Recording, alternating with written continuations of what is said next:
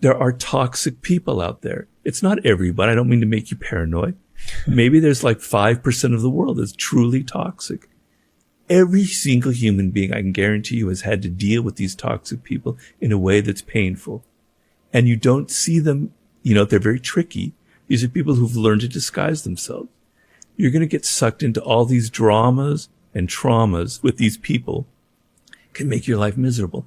Imagine you had a realistic attitude and you could see through these people. You could catch, before you get involved with them, signs of that they might be one of these types. What can you tell about a person by looking at their face? Can you tell that someone's a narcissist just by looking at them? That's a great question. And I've known many narcissists in my life. We all do, so I'm not special that way. And I noticed over the years that there is a kind of a facial quality to narcissists. It's hard to verbalize because it's more for me a feeling, but their eyes are a kind of a giveaway. So narcissists often give the impression that they're interested in you. They like you. They're listening to you, which you think is kind of a contradiction. It doesn't sound like a narcissist. But it's not the kind of attention where they're really interested in you. They're trying to get something from you. They're trying to get you to like them so that they can now use you, right? So the way I say it is there's a kind of a deadness in their eyes. They're looking at you, they're listening to you, but you can see they're not really connecting. The wheels are spinning inside their brain about what they can do with the information you're giving them. You can recognize that it's not lighting up. There's not a feeling of warmth or interest in their eyes, right? There's also a kind of, I'm thinking of the people that I've known in my life and certain facial qualities. And there's this kind of smile that is slightly demonic where, I can't really describe it, which is why I say some of it's hard to verbalize, but it doesn't feel like it's directed towards other people. So oftentimes when you smile and you laugh, it's a social thing, right? You're responding to other people. You can't really control it. Somebody tells a joke or you hear something and you're laughing and there's kind of a communion going on between you. But the narcissist, there's something, they're just stuck inside themselves. There's kind of a demonic quality to when they laugh and to when they smile. I know I'm not being brilliant at describing it. If I see it, I know it right away. It's almost like that smile comes from judgment rather than like appreciation of what the other person is saying. The way to see through that tactic is this attempt at friendship genuine or not? And that's a tricky question, right? But that opens up the whole thing about being much more sensitive to the nonverbal cues that you pick up from the person. Because what often happens with women is that they sense something is wrong with the man from the first time they meet him. But then they drop the suspicion very quickly. They think, oh, he's not so bad, or I had it all wrong. But actually that first instinct was very right. So you have to trust your instincts, and you have to trust that this person that is trying to become your friend, they're giving off signs that there's something kind of cold about it. It doesn't feel genuine, right? It feels like a tactic. And we can get into that later because I would love to, actually, if you don't mind just giving us a few now. So one thing that a man will do if he's using this kind of tactic is he's in a bit of a hurry, right? Because, Jesus Christ, I don't have 6 months to become friends with this woman. I want to sleep with her tomorrow, right? So he's in a bit of a hurry. So his effort to be a friend is kind of rushed. He really likes you, right? But he's texting you, he's talking about you, asking you questions and all these other things. But it seems kind of rushed. In a period of like a week or so, he's suddenly your friend now. That is a sure sign that something else is going on. Because if you genuinely want to be a friend of someone, you're willing to take your time, right? So the calculating seducer is probably after sex fairly quickly, right? Or an abusive relationship. And I've got a quote, Yeah. Even the strongest can be made vulnerable if you isolate them from their nests and safety nets. Okay. So this is a manipulative tactic. There's no doubt about it. People have their own kind of context, their family, their friends, their workplace. And sometimes if you can isolate them from that context, they become much more vulnerable to you, right? They don't have any friends. They don't have any support anymore. So they only can rely on you. And it's something that is done over time, right? So if you're confronting with a male seducer who is trying to turn you off from your friends, who is making it so that your best friend, oh, I don't think you should trust her. I think she's up to something, right? He's trying to do things like that. He's trying to alienate you from your family. I think your parents were really awful to you, etc., is a very classic technique, because in your sense of isolation, you're much more vulnerable to getting support from this particular person. And so one of the tactics that I talk about in the book is taking the person to another country or to another place where they, even on a holiday or a vacation, where they feel unsupported, where they feel a little bit alone and isolated for several weeks, kind of break down that element and make them want to turn to you for trust and support. So if you feel that a man is trying to isolate you in the subtlest ways from your friends, from your family, from the place where you live, and is criticizing that and trying to make you feel like, maybe I don't like these things. Maybe that friend isn't really somebody I can trust. This is somebody you should be very, very suspicious of. It's a terrible tactic. It's trying to isolate you socially from the things that support you. And you should be very, very suspicious, and you should not give in to that. Mm-hmm. One of my favorite analogies is, have you ever seen like water that drips on a rock? And if it goes over and over years and years, the rock ends up changing its shape. Yeah. I think of narcissistic tactics as that analogy, because as you were describing it, imagine you have the person that's subtly giving you these negative comments about your family, subtly giving you these negative comments about your friends. Over time, you end up starting to question it. You start to look at something you never would have looked for. And before you know it, that slow dripping effect that your toxic partner has had on you has eventually changed the way that you see the world and the way you see people around you. Right. I was pushed around a lot because I was sort of a naive writer type who didn't understand that there are bad people out there. So one of the things I had to learn in life, and that are the source for my work, is that there are bad people out there, and you have to recognize that there are narcissists, that there are aggressive people, that there are passive aggressive people, that they are enviers.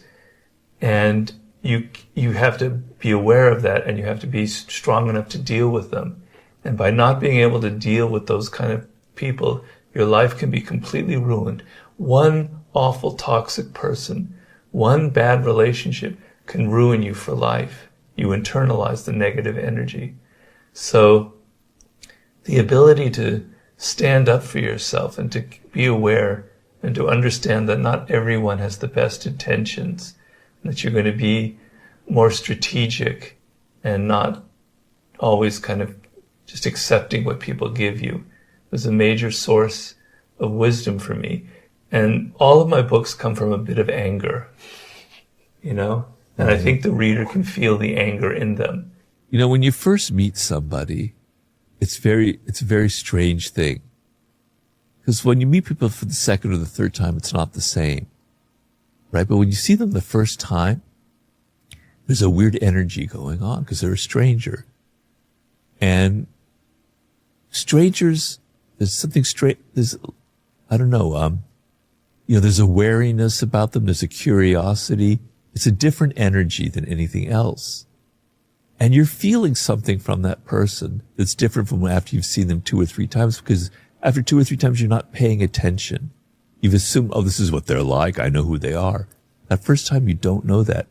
And those gut feelings are much stronger. You're picking up vibes about them. Something is a little bit off about this person, right? Something about that narcissist, those eyes I was talking about. You pick that up, whereas the 3rd or 4th time, you're not sensitive to it anymore. So yes, you've gone wrong. You weren't paying attention earlier on. Now you're involved with someone who's up to no good. So let's say, for instance, you had a mother who was very narcissistic, who really wasn't giving you the normal mother, nurturing, empathetic energy. It was more about her and you had to pay attention to her, right? Well, that kind of creates this sort of desire. You're as an infant, you really want that love from that mother. You're trying to attract it, pull it out of her as best you can. And your energy, your desire is surrounding her with this kind of emotional charged sexual energy. And you're going to find throughout your life, you are going to be attracted to narcissistic women. It's going to be your Achilles heel throughout your life, because you want to kind of heal that wound. You want to be able to play back that initial trauma and sort of rewrite the way it ended up, where now you're going to find this narcissistic woman and she's going to give you finally what you never had before. Right? It's a very, very common pattern, right? And so you're not even aware of this. And it's extremely difficult to break out of, because your desire is for this type of person. So you might meet a woman, just doing it from a man's point of view, who isn't narcissistic, who's very empathetic and very caring. And she would be perfect for you. And you may even have a relationship with her. But the excitement, the energy, that charge isn't going to be as strong as with that other type. And you're going to fall back into the old patterns again and again and again. And the only way out of it is to go back and look at your early childhood and look at these wounds and confront them face to face and understand that you're a prisoner of this kind of things that were ingrained in you at a very, very early age. I mean, some people are toxic. I talk a lot of them about toxic characters. People, those are the kinds of people who can't really change. Their patterns are too ingrained. And we've all met people like that. We've all had to deal with a narcissist who's so deeply self-absorbed. There's nothing that's ever going to save them or pull them out of that self-absorption. Unless they have like a near-death experience, or they have someone close to them. That's like, true. You know, something where it's a big awakening. That's true. Or they get sick or whatever, right? You're right. That happens. That does happen. Sometimes. Sometimes it does. But you have to be honest that there are people out there. You can't be naive. There are people out there who are toxic, who are dangerous, who can ruin your life. You hire the wrong person. And I've dealt with in my consulting with a lot of people who hired a business partner who ended up sort of taking the business from them. Very common scenario. You have to not be naive and recognize these toxic types. And often it's best not to try and change them, because trying to change them entangles you in a lot of their drama. And it's just never going to happen. You might be trying for years and wasting your time and energy. But, you know, people have to be able to to change themselves. A strong character is a person who can take criticism, right? Who can work with other people, right? Who can deal with stressful situations, who can handle responsibility. And if there's something goes wrong, they take, I am to blame for it. They don't look at other people. There's somebody you can rely on. You lean on them, and there's something there to lean on. You can rely on them in situations. A weak character is somebody who cannot take criticism. That is probably the number one characteristic, the worst trait, I think, in people, and a definite trait of negativity, is somebody who can't take any kind of criticism, right? They're so defensive. So that means they can get away with anything. They can say anything they want, and there's just like a wall, a shell around them. Right? So the ability in a work situation, in a relationship, to take criticism and be able to use it constructively is an incredibly useful and powerful trait to me that reveals strong character. How people handle stress is a really good sign of their character. So in a work situation, people are good at faking it and pretending that they're very strong. But when it gets really stressful and there's a lot of pressure on it, the mask falls off and they reveal that they can't handle it. They're too weak. They're reacting to everything. They can't get out of the moment. They're so impatient, and fragile. And so the ability to handle stress shows that somebody has something strong inside of them, right? Mm-hmm. How they handle power, right? So when people are kind of climbing up the ladder in a group or in a job, they generally try and pretend like they're with the group. But once they have power, that all falls off, and they can become abusive, and they feel like they can get away with things that they couldn't get away with before. They treat people below them miserably, etc. So when people have power, how do they handle it? Are they responsible? Do they suddenly become somebody different, or do they maintain the character that they had beforehand? Right? What kind of partners do they choose? Do they choose a spouse, a husband, a girlfriend, etc.? Somebody that they can push around, somebody that's inferior to them so that they can feel better about themselves? How do they look when they're playing like a game or they're in outdoor activities or something that has nothing to do with work? Are they so competitive they have to win at everything, even when it's like outside of that kind of environment, you know? These are kind of traits that help me sort of judge a person's character. Yeah, and these are often the things that we either ignore or we actually let them kind of fall by the wayside or don't pay enough attention to them because we think, oh no, but they're so smart and they're so this. And I wonder how much of that is also like, what does that say about us that we often get attracted to the wrong things within people? What does that say about us? Does that make us a strong or weak character? I know that I tend to get involved with narcissistic people. It's a weakness of mine, right? And maybe it's because of my upbringing, and maybe it's because I feel a kind of emptiness inside of me, and that their charm and the attention that they pretend to give you is kind of enchanting or casts a spell on you and it draws you in. Yeah, so if you're dealing with your own weaknesses and your own emptiness inside, you're going to be drawn to people who fill that up. Or you're going to be drawn to causes and charismatic leaders that pretend to give you a purpose in your life because you don't have a purpose, but they have it for you, kind of thing. So a lot of it has to do, with ourselves, and we're attracted we're even attracted to negative people. And there are people who have patterns in their life where they deliberately choose the worst kind of person for them, right? And over and over and over again, because at least that makes them feel alive. At least the pain of it, gives them a sense of something dramatic, and so they deliberately bring on that kind of pain. So it's complicated, yeah. When you said that often we feel an emptiness inside, and you were saying maybe because of your upbringing you felt that emptiness inside as well.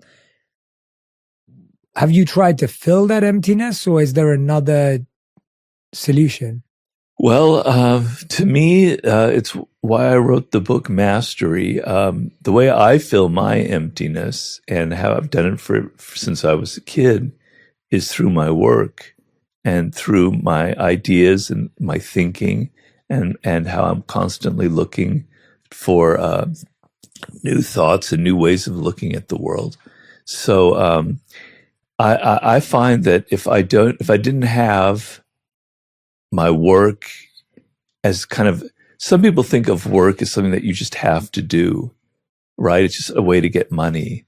But for me, it's a way to feel like I'm a human being, that I am who I am. I was destined to write these books, and it gives me every day I wake up and I know this is what I need to accomplish, et cetera, et cetera.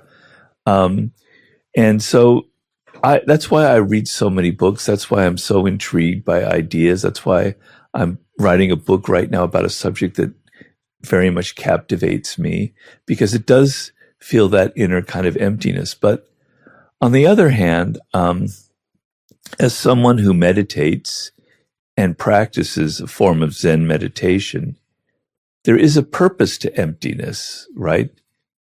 It's not necessarily good to be always having to fill things up in your brain, like you're just pouring food into your system. There is something actually kind of intrinsically beautiful about the idea that there is emptiness, that I don't really have a self, that there is no such thing as a mind. Actually, it's an illusion that we create, right? It's something through words that we have. So that sense of emptiness, that I don't have an ego, or that I'm confronting the world and I'm just hearing and seeing things as they are, is actually a beautiful thing. So I have to kind of struggle against this idea of always having to fill myself up. What's something you were saying you like observing humans and humanity. What's something that you've observed about humans over time that surprised you? Well, nothing really surprises me because I read a lot of history and I see that things just keep repeating over and over and over again. I know, though, since I had my stroke and since I'm physically weak and there are things I can't do anymore, I've actually noticed that people respond to me differently, and it's actually very positive. So sometimes I can be very negative about people. That's kind of my inclination. That's how my mind tends to work, which is not necessarily a good thing. We all have these attitudes that make us look at the world a certain way. I tend to have a negative bent towards human nature. But I must say, people have been very, very kind to me since I've had my stroke. And it's sad that you have to have an accident like that to be able to perceive it. But I've seen another side where everyone wants to help me. They kind of empathize with the fact that I'm a little bit helpless in these situations. And it's also made me kind of feel differently about other people who have disabilities or things that they can't help in their lives. But the sense of I'm a little bit helpless and people are really eager to try and help me actually is something that has kind of surprised me in a way. Yeah, I liked what you said there, that it's sad that someone has to go through something for us to then show that sides of ourselves, which means that it's always there. It means that it exists inherently within us. Yeah. Do you think it's because why do you think that is? Why do you think that is, that if it's inherently there, we don't display it at all times to all people? I don't know. I mean, we're all born with a capacity for empathy. It's something that interests me a lot because the feeling that I'm connecting very deeply to another person, let's say my wife, etc., is a very overpowering emotion. It gets me out of myself, and I'm seeing the world through her eyes, as opposed to me always projecting myself onto her. It's a very moving experience. And sometimes you go to a movie and you find yourself getting inside the characters, you're getting outside of yourself, and you're feeling this empathy for them, you're identifying with them. These are all very powerful emotions, right? And we all have the capacity for that. But the world we live in is actually a machinery to deaden those emotions, that sense of empathy, right? It's just put so much emphasis on ourselves, on our individuality, on who we are, our needs, the attention that we want, that we deserve. We're so focused on ourselves that natural feeling of wanting to get inside of another person. And it's very strange, Jay, because if you think about it, our inner lives are actually quite boring. The same thoughts repeat over and over and over again, the same emotions, the same preoccupations, the same anxieties. And other people, they're so different. They have their own worlds, right? It's like traveling to another country. So we should actually be much more oriented towards other people. We should have a natural interest in their world because it takes us out of ourselves. It's like therapy. But it's been deadened by so many things in our world, by social media, by the pressures we're under, by just modern lifestyle. And so that empathetic muscle that everybody has is kind of atrophying. And yet there'll be moments where it kind of sparks to life and you feel like, God, I want that. I want more of that in my life, more of that in my world. How do I get it? What would you say is your most repeated thought on a daily basis? Like, what do I need to do today? What's on my schedule? So like I'm meditating in the morning and I'm trying to empty my mind and I'm going into what's known as a koan, right? And then these thoughts keep bubbling up and they're so annoying and it makes you aware of of the machinery of your own mind. And so to answer your question, it's always like, oh, did you remember that you have to call this person this afternoon? Did you remember that you have to change that reservation? Do you remember that you have to do this, that, the other? Scheduling things. So unimportant, so trivial, where I'm trying to open my mind up to something vast and important. It's little things like scheduling and stuff like that. Then there'll be other thoughts that will be repeating, like, If I saw a movie from it, images will keep popping up from that and such. It makes you aware that you're not in control of your own mind, right? How have you found over time with meditation and other practices, what have you used in order to start quietening, emptying, whatever the right word is for you, releasing those thoughts so that you can connect with the vastness, be creative or self-express? Wow, it's not easy, and it's an ongoing process. And I could say I'm maybe 10% of the way where I'd like to be. But first of all, you recognize, you go through a thing where a thought pops up, and it's like, why am I thinking about that? I don't like it. You realize that it's just a thought. And what is a thought? Now I know we're getting really weird and metaphysical here. I like it. But it's not real. It's a phantom, right? It has no reality. Reality is your body, the present moment, the birds outside, the sky, where you are sitting, the fact that you're alive, that your blood is pumping. These are real. But that thought in your mind is a shadow. It's a phantom. It doesn't exist. It has no reality. And so I go through this process where don't engage with it. And it's really weird because then my mind plays tricks on me and it pulls up a thought that's definitely going to engage me, right? Because it wants that. It's like a sugar rush. And so I go, okay, no, I'm not going to engage with it. And it made me realize as I went through that process that this is what social media is based on. Social media has mirrored the human brain on a large scale. We have thoughts that are designed to grab our emotions and make us think about them repetitively over and over again, compulsively, right? And there's probably a purpose behind that. But social media is actually a genius at that, at putting up things up there. They're going to engage our emotions. So we have to pay attention. So I always try and every time that happens, I withdraw and I say, it's just a thought. It's not real. It's not who I am. This is a very important part of meditation. Your thoughts are not who you are. They're a separate part of yourself. You are something different from your own thoughts. I don't know if that means anything to you. It does, definitely. And while we are not our thoughts and we are not our mind, our thoughts become our reality. Yeah. We find that a repetitive thought turns into a habit, that turns into a pattern, that turns into an action, becomes our reality. For example, I am a unorganized, lazy individual, usually translates into, oh, I forgot to send that. It didn't happen, because now it's a belief that's built up. And so it's so fascinating that something that's so not real becomes so real. And I've been really into seeing how thought editing is so useful as an activity and an exercise, because I've found so many of my thoughts become my beliefs that become my life. And I think a lot of people don't realize, because they don't realize that their thoughts are like clothes that you can change.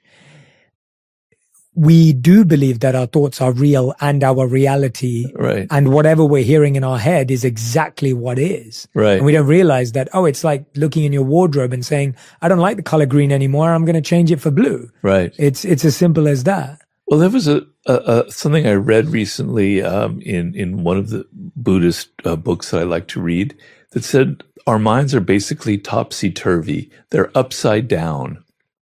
So the reality is we don't I mean, I don't want to get too deep into this, but we don't really have a self. The self is a construction of our minds. There actually is nothing there. And that kind of emptiness, that egolessness, is enlightenment. It's a beautiful feeling. And maybe in your life, you've touched upon it briefly. I know I've touched upon it briefly. It's not the reality I have every day, but that's real. And what's not real are the thoughts, but everything is turned upside down in our worlds. And so these delusionary thoughts about people, about who I am, about my habits, etc., they become our reality when it's exactly the opposite. Right? You have to be able to be aware of that. And so, meditation is all about becoming aware of these things, because we walk around like automatons. I'm very into this writer named Gurdjieff. I don't know if you've ever heard of Gurdjieff. No, I haven't. He was this, he's basically from Armenia. He was in the beginning of the 20th century. He was this man who was very interested in mysticism, and he traveled throughout Asia trying to find the essence of all the different esoteric philosophies. And he created his own philosophy. And it's very interesting, very exciting stuff. He wrote a book called In Search of the Miraculous that I highly recommend people. And it's not woo-woo stuff. He was a very, very practical man. He puts it in very practical terms. But his idea is that we walk around asleep. We're on automatic pilot constantly. We're not really aware that we're breathing, that we're existing. We're not aware where our thoughts come from. We're not aware of how our body moves, et cetera, et cetera, et cetera. And so it's a process of slowly becoming aware of these kinds of things that is really kind of, I've been doing this 14, 15 years now, and it's really, really kind of changed the course of my life, I have to say. Yeah, I love that. And I can't wait to read that book now. And I couldn't agree more. I feel we're so disconnected from our mind and body that we constantly believe that someone outside of ourselves has the answer for how we feel. And while that may be true when you're seeing a doctor or a dentist or something of that professional nature, we don't really know how our body's been feeling for weeks or months until it crashes. And then we realize that we haven't paid enough attention to X or Y or Z, or a relationship in the same way has to end in order for us to realize that it had lost investment and energy or whatever it may be. And we're so far away from the self, or at least this version of the self, that yeah, we're not really aware. I love what you just said about the idea of how conscious are we of the fact that we're breathing, we're here, we're present, we're together, versus how much are we living up here. Yeah. And it's really interesting, isn't it? Because there's almost two realities that we're always dealing. And if we're getting too heady, I'm happy to move away from it. But it's almost like I've been thinking a lot about how, in one sense, what's out here is real, and in one sense, what here isn't. And at the same time, actually, what's going on here is the real, because it defines how I interact with everything else. And it can help me be a better filter, a better chooser, selector of the people I'm around and the places I visit. So you say you have to kind of use the mind to be able to become present. It's a process. I would say I'm alluding to that in discovery, not in pushing it, if that makes sense. Yeah, it makes sense to me. Yeah, I agree with that. Definitely. Yeah. I've been reflecting a lot recently about how most of what's happening is in the invisible world, and that's very interesting. Tell me more about that. So I was thinking that in one sense you have reality externally, the visible world, but how I make sense of that visible world is all in the invisible space. And ultimately, how I make sense of it is the reality that I experience, regardless of what's happening around me, which is why we realize that people we all are telling ourselves stories and narratives all day long, but how we're processing what we're experiencing is our reality, as opposed to the event or what someone said or social media, as you gave an example. Like, I can either sit here and say, like, I know that when I wake up in the morning and I start scrolling on social media, my mind is now moving 10 times, 100 times faster than if I don't do that. And I know that brushing my teeth and showering is a much more peaceful process if I haven't looked at my phone than if I do. Right. And so that choice is being made in the invisible world. And the visible world is simply something I'm interacting with and taking from or being affected by. Well, so we mostly live amid things that are invisible. Yes. Right? Symbols, etc. Yes. Language is a symbol. It's not reality. And so things like government and social behavior, they're rules and codes that we abide by, but they're not visible. They're invisible, yes. Right? Yeah, definitely. And we're not aware of that. And so we're trying to raise our awareness of the invisible world. I'm always trying to raise my awareness of, why do I process this way? Where does this come from? Where's this idea taking root? That's it's a very interesting process to go through. Yeah, it's hard. It's like, it's not clear. It's not like here's the step-by-step process. It's just something I've been engaging with a lot. Yeah. Yeah. I like to try and go through a thing where I question all of my beliefs and things of where does that come from? Why do I believe that? Why has that become something that's so hardened into my brain? I believe that about myself and who I am, about other people. I continually try to challenge it and look at what might be the source of it, and then maybe say it could be the opposite, right? And actually it can lead to a lot of problems, because it's like my mind is always swimming and I'm never really think anything is certain. I'm always, saying the opposite side of it. But I think in the end, it's a very healthy process. How do you? I love where we're going, because it kind of comes back to your same point. Your earlier point about how someone of strong character knows how to take criticism, which means they know how to deal with the opposite of what they think or feel. And so this idea that you're sharing now, that it's healthy to be able to question, to evaluate, to assess our beliefs and values. But like you said, it's one of the hardest things to do, because you get into a space of uncertainty, you question your identity, you lose a sense of direction. How do we question ourselves without losing ourselves, and actually realize that that is the process of discovering and building ourselves? Like who really are you in the end? What constitutes you, the essence of you? What were you meant to accomplish in this world? Right? Your sense of purpose, to use the title of your show. What is it that makes you an individual, makes you unique, that you alone are meant to accomplish in life? Well, it's not given. We don't know it. And a lot of people really, really struggle with trying to figure that out, right? Because they've been programmed by their parents, by their siblings, by the culture, by their teachers, to say this is who you are, this is what you should believe in, this is what you were meant to accomplish in life, this is what's cool and what's not cool, okay? And so you have to question yourself. You have to say, is this really who I am? Am I really interested in this subject? Am I really interested in this kind of person, in getting in a relationship with this kind of person? And so question yourself on that level. You're getting at a deeper and deeper core of maybe who you are at essence. You're cutting away all of the social stuff that has been foisted upon you, that it has nothing to do with you, right? So in some ways, you're kind of a mystery to yourself, and you're sort of trying to solve that puzzle. And you have to ask these questions. Is this something I'm actually really interested in? Is this an intrinsically important thing to me? Or is it something that's in the culture, or something that other people have told me? And questioning that over and over and over again is not to lead you into this abyss where there's nothing real. It's to get you closer to who you are, to what really matters, to what that essence of you is, to what you were meant to accomplish in life.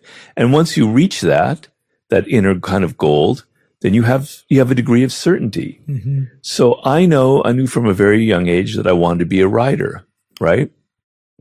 I had a struggle to figure out what kind of writing I wanted.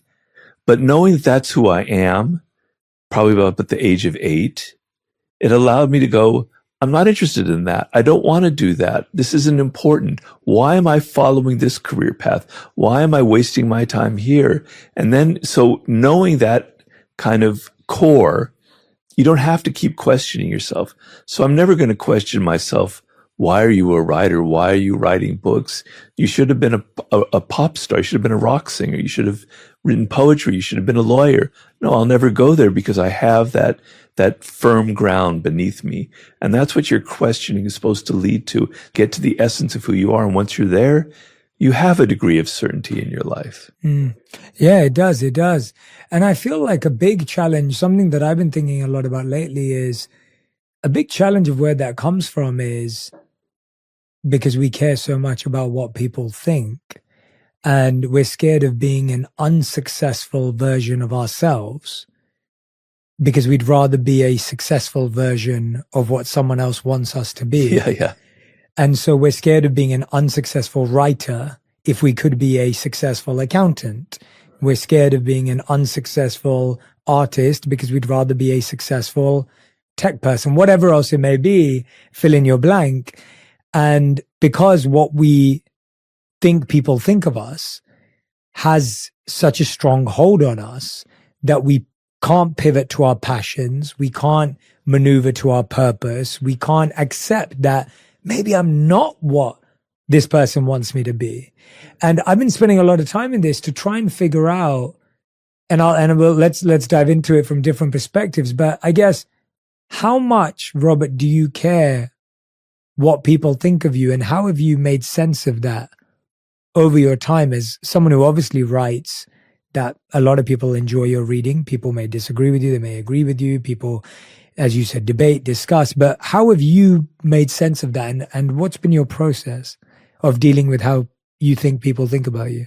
There's how people think about me who know me personally, and there's how people think about me in the social realm who don't know me personally and who have an idea of who I am, which is often very different from the reality. But naturally, as a human being, I care that people understand that I'm a certain way, that I have a certain character, that I actually love jokes and silly bathroom humor, and that, I like stupid movies, and that I'm not always, reading heavy philosophy. My wife can tell you all about this childish side of my personality. So, it's always been important to me to feel kind of authentic and sincere. And I've always hated, and that's probably why I wrote the 48 Laws of Power. I hate people who are pretending to be something that they're not. Deeply, deeply wounds me, and I don't know why. I don't know why it's been like that since I was a child. Maybe I suspected that in my parents, the kind of falseness that upsets me deeply. And so I wrote the 48 Laws of Power because I felt people are such hypocrites. They pretend that they're not interested in power, but that's all they're interested in, right? They wear this front like, oh, I just want to help people. I just want to make movies and culture and art. No, you're interested in power. So it's always been deeply important to me to kind of reveal what's really going on in someone and to sort of feel that way about myself. So when I don't feel like I'm myself, when I feel like I'm faking it, and sometimes, to be honest with you, Jay, being a kind of quote unquote self-help guru, it feels false. It doesn't feel like who I am. I feel like a bit of an imposter. That's not really what I wanted to be. Can relate to that. I just wanted to write books. I love ideas. I love thoughts. I love expanding my consciousness, right? So the feeling that I'm not being who I am and that other people are kind of glomming onto that is upsetting to me. Yeah. I don't know if I'm answering your question. Oh, no, that's resonating so deeply with me. I think it's so interesting, isn't it? How your self-perception is so different from people's projection onto you. And so I can identify with that. I do what I do because I'm just sharing what I love. So I love meditation. I love wisdom books. I love traditions. I love ancient wisdom and modern science and seeing the parallels between the two. And I just love talking about that and sharing that. Yeah. And I don't think I've ever thought of myself as a guru or a guide or that kind of individual. But we in society, if someone shares or teaches or gives insight or advice, we box them or bucket them as that. So same as you, right? We'd go in the same bucket, even though we kind of do similar things, but very different things. And we probably have some similar interests and some different interests. And it's interesting how there isn't a space. Like I often say to people, I'm just trying to be everyone's spiritual friend. Like that's my goal. Like I'm that guy who's introducing my friends to cool things that they may not have come across, whether it's Eastern spirituality or wisdom or whatever it may be. Like I'm that guy, and that's all I want to be. I don't want to be anything else. Right. But it's hard when you almost get put on a pedestal, even though you didn't ask for that or didn't want that. Well, people's perception of you can almost become how you perceive yourself if you're not careful. For sure. And so that's why I keep coming back to myself and going, is that really who I am? Yes. I don't think so, Robert. And also, I actually I'm a flawed individual. I'm a flawed human being. I have, blind spots in my nature. I have compulsions that I wish I didn't have. And I don't like this idea that people think I'm this powerful person who's figured everything out, because I'm not. That's why, I wrote the book, The Laws of Human Nature. It was because I understand that I shared the same flaws, that I have narcissistic tendencies, that I too can feel envy, that I have moments of grandiosity. So I'm not comfortable with the idea like that I'm this somebody that I'm not, that the perception of me is. But that's what happens to a lot of successful, famous people. They become trapped in what other people are thinking about them. They become trapped in that image. And I honestly think, I could be way off base, but I'm thinking of somebody like Anthony Bourdain, who committed suicide. I think he was burdened and weighed down so much by how people thought of himself, and it wasn't who he was. And it kind of made him feel deeply uncomfortable. Now, I'm sure there were many other issues going on, but a lot of times it can make you uncomfortable in your own skin, the way people perceive you, and it can lead to deep feelings of depression and a loss of who you are. Yeah, absolutely. I mean, could write a new book called The Flaws of Human Nature. It's like, thank you. It's well, that's what the book is. Yeah, really. yeah. It's the 18 dark corners of human nature. But yeah, that's a good idea. Yeah, it's just a thought of like, it is true. There's a seeking of perfection, and there's a sense that we've created in the world of before and after, in the sense that if you look at like a workout program, and there's nothing wrong with this because it makes sense, but there's a before picture and there's an after picture. And if someone's wealthy, it's like they were poor and now they're rich, and everything's a linear before and after journey. And what we're talking about, and I fully agree with you on this, is that actually all of my challenges are cyclical and they're different. So it's not that I never feel envy anymore. It's that I feel it differently to how I felt it 10 years ago. And hopefully I'm a bit better at dealing with it and understanding it and engaging with it than I was 10 years ago. But it's not that it doesn't affect me anymore. Right. And same with spiraling thoughts. It's not that I don't have anxious or negative thoughts anymore because I'm enlightened.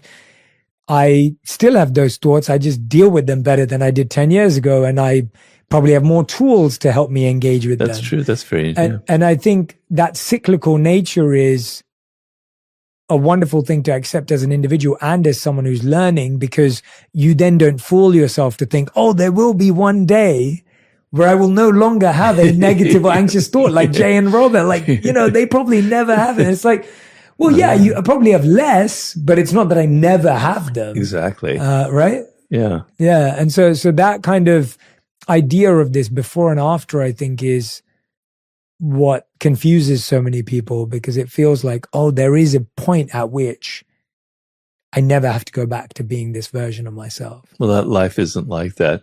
It's weird sometimes because before the 48 Laws of Power came out, I was just this nobody living in a 1-bedroom apartment in Santa Monica, rent controlled, never really made any money, never really had any success in life. And I was constantly giving people advice, but nobody would listen to me because I hadn't written the book. And suddenly the book comes out and I'm supposed to be a different person.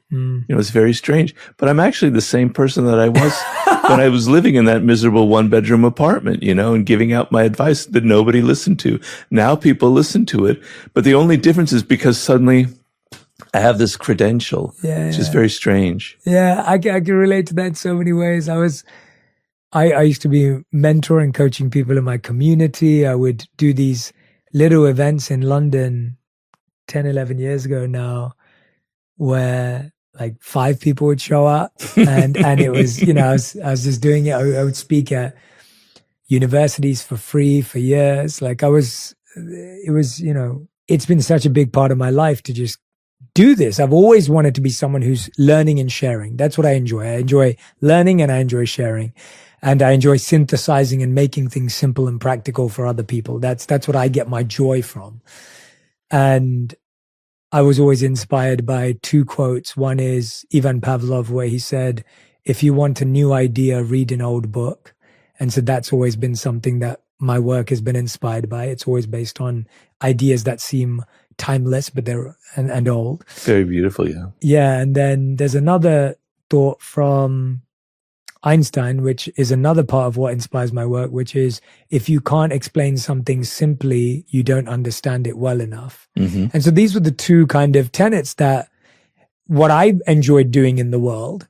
And again, I don't think they're magnificent, miraculous, or brilliant. They're just what I'm meant to do. And there's such a beautiful significance and insignificance in that very understanding. Like, it's really significant building because I'm like, I know what I have to do. And it's really insignificant because I'm like, it's just what I have to do. It's not the best or the worst, or it's not comparative. Right. And I think that's how, when you're talking in the daily laws of power, that's kind of how, in different words, how you describe like your life's, your life's gifts, your life's work, your life's path. I've always liked old books myself. So, I read a lot of books of philosophy, etc., history, but I also read books of famous Zen classics. The 20th century books, I'm not so much, but I'd read like something from the 11th century where the thought process is so different, but it's timeless, it's human. Man, it is so beautiful. It so sparks these ideas that he, or this writer, this thinker, was dealing with the same things now, 1,000 years later. But they still strike a truth, but it's in this language that's very weird and primitive and barbaric. I don't know why that excites me so much. It's the same idea that a modern writer might write, but put in the words of somebody 1,000 years ago, it suddenly touches me. Yeah. Can you explain that, Jay?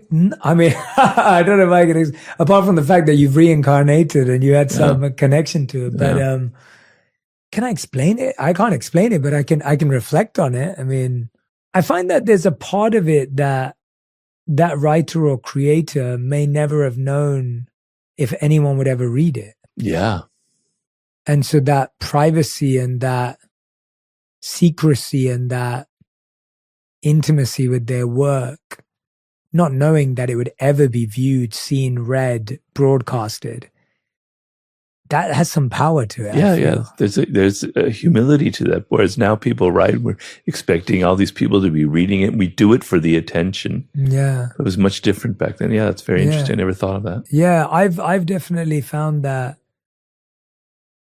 I try and sit with ideas for longer now and try and I'd love to know your process for that. How have you managed that since that moment of where you became quote unquote successful externally because of 48 Laws?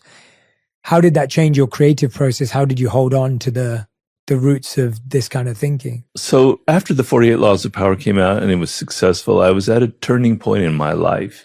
And it's a turning point that a lot of people I think have faced was, do I just continue redoing the 48 Laws of Power? It was successful. It worked well. Why don't I just write the 48 Laws of Power Part 2? It'll bring in money. It'll bring in attention. I'll just riff off what I wrote there. And something about me was not comfortable with that. It seemed cheap. It seemed easy, and it seemed lazy. And I know myself that if I'm not challenged by something different, I grow bored. So I have to write something that feels like there's energy behind it. There's anger. There's love. There's something powerful behind it.